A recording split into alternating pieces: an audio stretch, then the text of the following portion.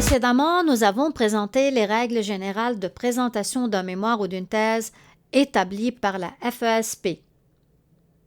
Il existe d'autres règles de présentation qui complètent, sans les remplacer, les règles générales de présentation.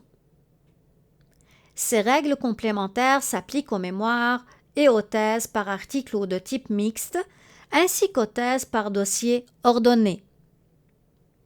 La Faculté des études supérieures et postdoctorales autorise différents types de thèses.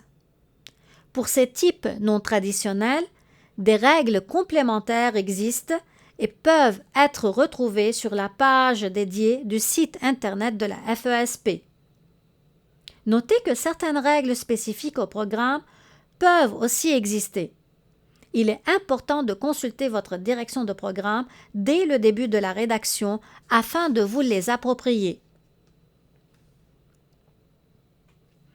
Un mémoire ou une thèse de type traditionnel ou monographie est un ouvrage complet qui présente une étude exhaustive d'un sujet structuré en plusieurs chapitres.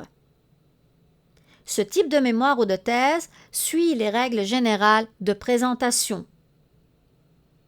Sa structure typique comporte un avant-propos, une introduction, la revue de littérature ou recension des écrits, la méthodologie, la présentation et l'analyse des résultats, la discussion générale et une conclusion. L'appellation par article doit être utilisée lorsque chaque chapitre décrivant la recherche est constitué d'un article, alors que l'appellation de type mixte doit être utilisée lorsque la description de la recherche est composée d'une combinaison de chapitres traditionnels et d'articles. Les manuscrits de type par article ou mixte doivent se conformer à des règles supplémentaires de présentation, à savoir, vous devez ajouter un avant-propos dans les pages liminaires de votre manuscrit. Il comporte deux parties. La première partie contient une déclaration générale de l'utilisation de l'intelligence artificielle générative. La deuxième partie fournit des renseignements sur les articles et leur état de publication, ainsi que sur votre contribution. Et c'est une obligation. Certains programmes exigent un avant-propos avant chaque article dans le corps du mémoire ou de la thèse. Les articles peuvent être sous forme de manuscrits, en préparation, soumis ou acceptés ou déjà publiés, mais des conditions particulières peuvent s'appliquer pour votre programme.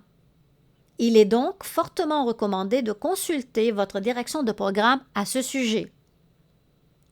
Vous devez être le premier auteur ou co-premier auteur d'au moins un des articles intégrés.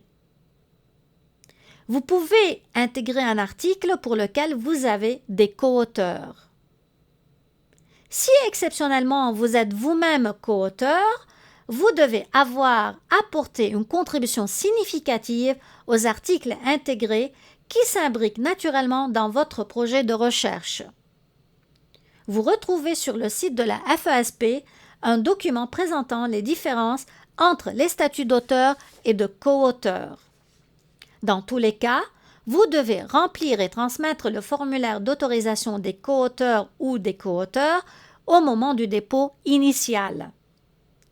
Pour plus d'informations sur ce type de manuscrit, consultez la page Règles de présentation du mémoire ou de la thèse du site de la FESP et l'aide-mémoire pour le mémoire ou la thèse par article ou de type mixte.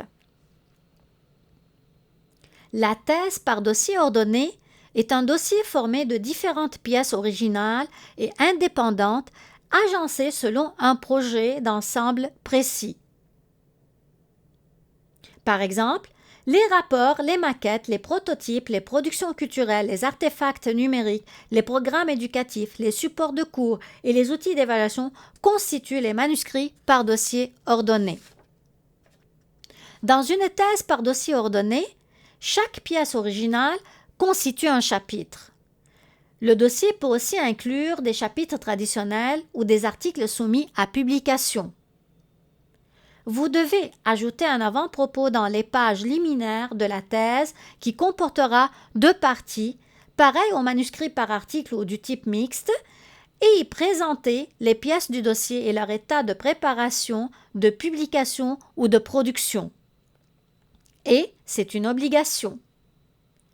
Si vous intégrez une pièce préparée en collaboration, vous devez remplir et transmettre le formulaire d'autorisation des co-auteurs ou des co-auteurs au moment du dépôt initial. Pour tout renseignement complémentaire sur le dépôt initial de votre manuscrit, nous vous invitons à consulter le site de la FESP et sa page LinkedIn. Vous y trouverez également des informations sur tout le processus d'évaluation et sur sa durée attendue de l'ensemble de la période d'évaluation, du dépôt initial au dépôt final.